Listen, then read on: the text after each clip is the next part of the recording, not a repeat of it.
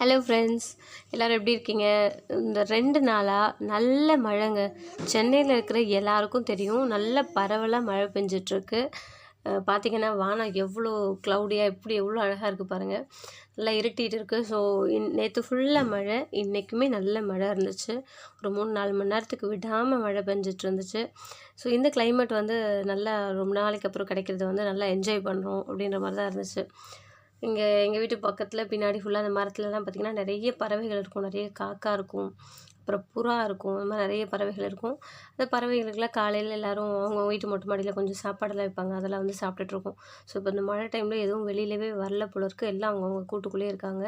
பக்கத்தில் ஒரு பில்டிங்ஸ் இப்போ தான் கட்டிகிட்டு இருந்தாங்க. அதுக்கு தண்ணி காட்ட வேண்டாம், ஆட்டோமேட்டிக்காக மழை தண்ணியே போதுன்ற மாதிரி இருக்குது. ஸோ இதுதான் லொக்கேஷன் பார்க்கவே ரொம்ப அழகாக இருக்குது. நான் மாடிக்கு வந்து ரசிச்சிட்ருக்கேன் மழை பெய்யுறத. ரொம்ப நல்லாயிருக்கு மழை. அப்படி சுற்றி பார்த்தா இப்படி தான் இருக்குது. ஃபுல்லாக பில்டிங்ஸ் தான் தெரியுது இல்லையா? லாஸ்ட்டில் ரெயின் ட்ராப்ஸ் எல்லாம் காட்டுறேன் நான் கீழே எப்படி இருக்குன்னு. ஸோ இதே மாதிரி மழை நல்ல கிராமத்தில் விவசாயம் பண்ணுற இடத்துல வந்துச்சுன்னா ரொம்ப ரொம்ப நல்லாயிருக்கும். பாவம் அவங்க தான் தண்ணிக்கு ரொம்ப கஷ்டப்படுறாங்க. அவங்களுக்கும் அந்த மழை வந்துச்சுன்னா அவங்க பயிரெல்லாம் நல்லா செழிப்பாக வளரும்.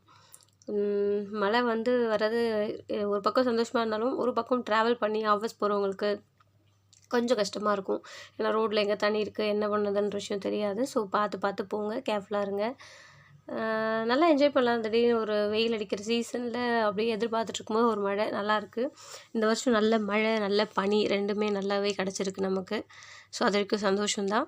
அந்த சில வருடங்களோடு கம்பேர் பண்ணும்போது இந்த வருஷம் இந்த 2020ல் நம்ம எதிர்பார்த்ததை விட மழை வந்து நமக்கு அதிகமாகவே கிடச்சிது. ஸோ அது வந்து ஒரு வகை ரொம்ப சந்தோஷப்பட வேண்டிய விஷயம். ஏன்னா மே மாத டைமில் தண்ணி இல்லாமல் கஷ்டப்படுற எவ்வளோ பேர் இருக்கும். அந்த டைமில் பார்த்திங்கன்னா இங்கே தண்ணி இல்லை, அங்கே தண்ணி இல்லைன்னு எங்கேயும் தண்ணி இல்லாமல் கஷ்டப்பட்டுட்ருப்போம். ஸோ இந்த மழை வந்து அந்த பிரச்சனைக்கெல்லாம் ஒரு சொல்யூஷன் கொடுத்துருச்சு இந்த வருஷம். ஸோ தண்ணி பஞ்சம் இருக்காதுன்றது நம்ம ஷூரிட்டியாக நம்பலாம். ப்ளஸ் அந்த கொரோனா பிரச்சனை முடிகிற வரைக்கும் எல்லாருமே சேஃப்டியாக இருங்க, பத்திரமா இருங்க. வெளியில் போகும்போது ரொம்ப கேர்ஃபுல்லாக போயிட்டு வாங்க. இந்த கொரோனா காலகட்டமும் நமக்கு சீக்கிரமாக முடியணும்னு நான் வேண்டிக்கிறேன்.